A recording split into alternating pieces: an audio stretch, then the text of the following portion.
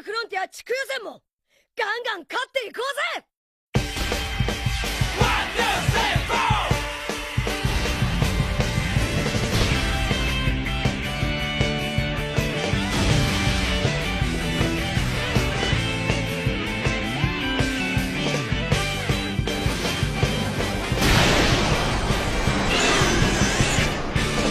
たまには走るコース変えて砂浜を裸足で走ろうぜ。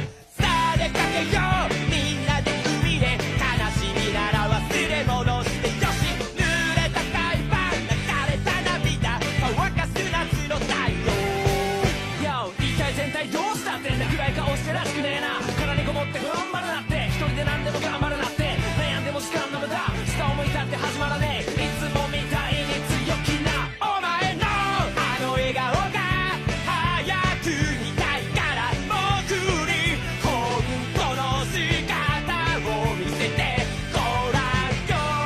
遠慮はいらない、仲間だろう、気使わなくていいよ。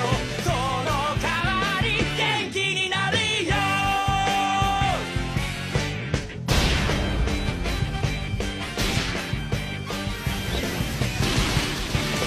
日が沈み暗くなった空に友情の花火打ち上げろ。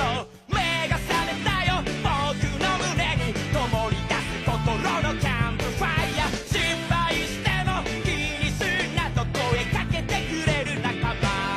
お前が何回失敗したって俺ら変わらねえ、隣にいるぜ信じてくれ。だって一生親友、答えはそうさすごくシンプル。